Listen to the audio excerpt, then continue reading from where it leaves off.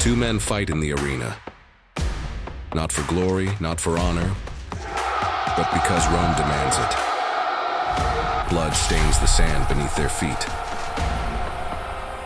Then the gates open. A tiger steps into the light. This isn't a contest. It's a reminder.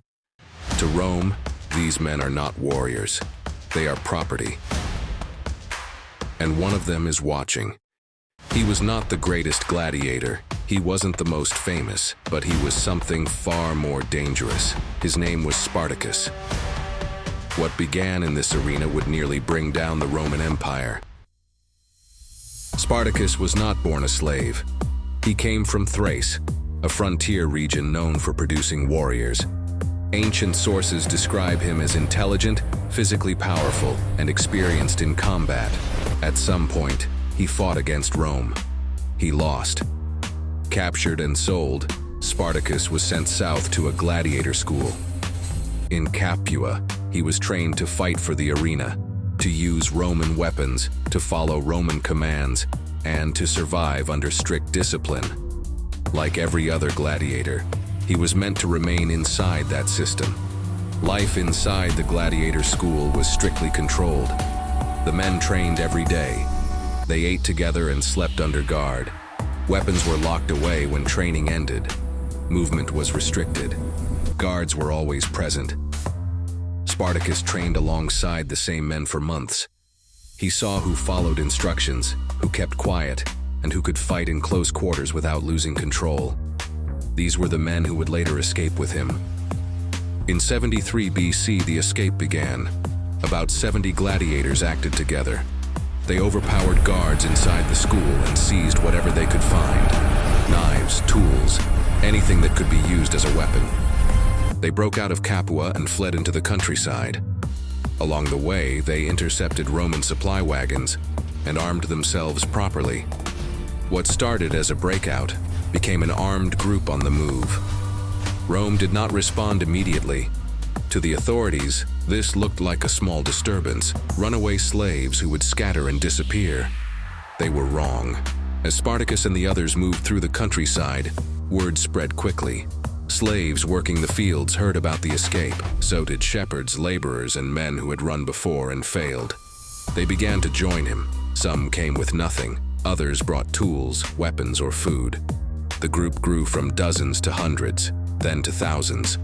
Spartacus organized them as soldiers. They trained, they shared supplies, they moved together. This was no longer a band of fugitives.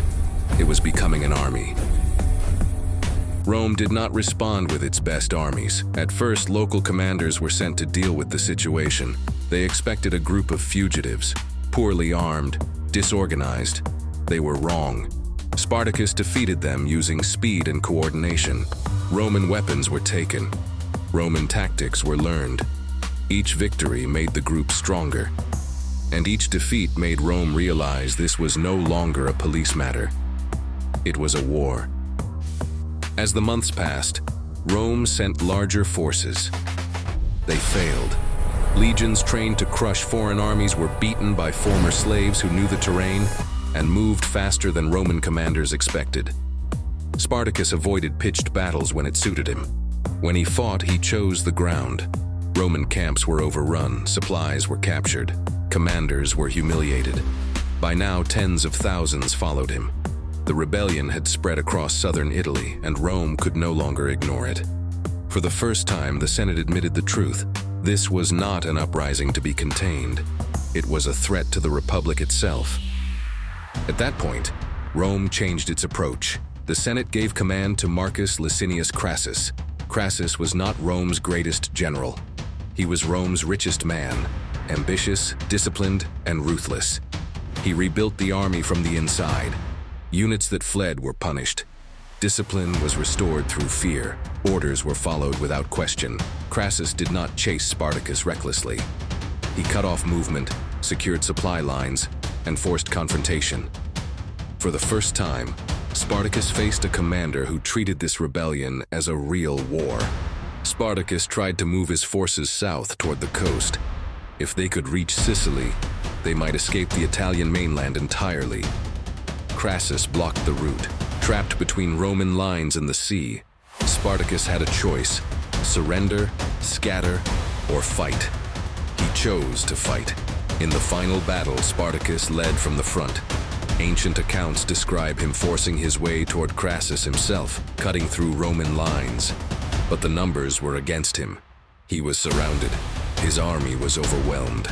Spartacus fell in battle. His body was never recovered. Rome won the battle, but Spartacus changed history.